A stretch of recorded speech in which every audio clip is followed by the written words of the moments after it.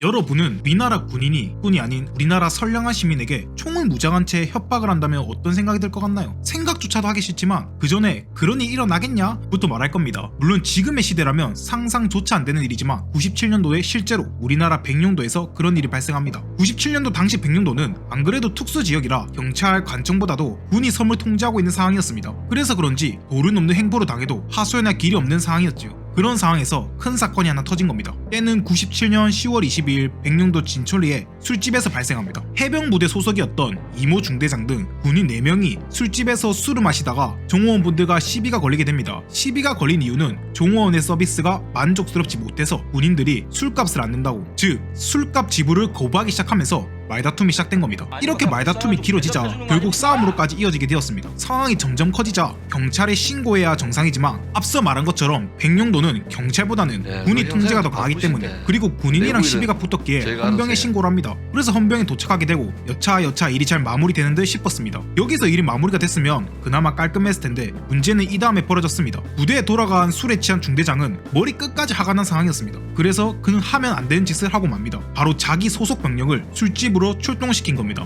명령이 내려지니까 군인들은 무장을 한 채 군 트럭을 타고 술집으로 갑니다. 술집에 도착하자 군인들은 트럭에서 내리며 주변을 둘러쌌습니다. 군인의 수는 무려 20여 명이나 되었고 자동화기 M60 2대가 장착돼 있었으며 모두 개인화기를 소지한 채 포위를 했습니다. 그러면서 중대장이 말합니다. 야, 내가 지시하면 개머리판으로 다 까부셔버려 라고 말이죠. 이 상황에서 누가 어떤 방안을 합니까? 말 그대로 멍하니 말을 따를 수밖에 없는 상황이죠. 이렇게 병력이 술집을 둘러싸며 공포 분위기가 조성이 되자 술집 주인은 다시 한번 헌병대에 신고를 합니다.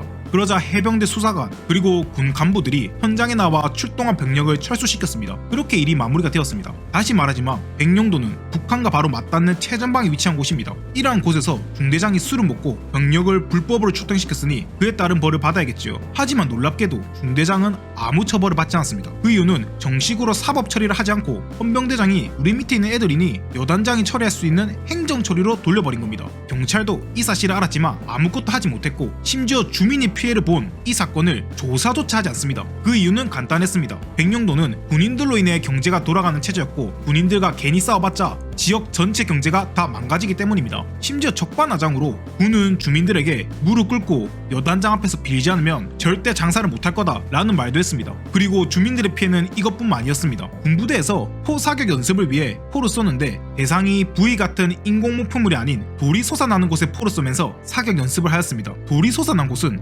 해삼, 전복 등의 천연 자원이 가득한 곳이라 주민들이 생계를 위해 자주 이용하는 곳이었습니다. 결국 포사격으로 그곳에 있던 천연 자원은 사라져버렸고 주민들은 생계 수단마저 위협을 받게 되었습니다. 상황이 이렇게 되자 오죽하면 주민들은 이곳 백령도를 백령공화국이라고 부르고 다녔습니다. 그나마 다행으로 언론 취재로 인해 이 사건이 밝혀지게 되며 국민의 질타를 받게 됩니다. 그리고 그 당시 술집에 병사들이 출동을 했을 때 개인 하기를 갖고 간 건 맞으나 총에 실탄은 넣지 않았다고 정정방송을 하였습니다. 하지만 실탄은 떠나서 애시당초 군인이 자국민에게 개인적인 다툼으로 군 병력을 끌고 온 것만 해도 큰 문제가 되는 상황이라고 생각합니다. 시청해주셔서 감사합니다.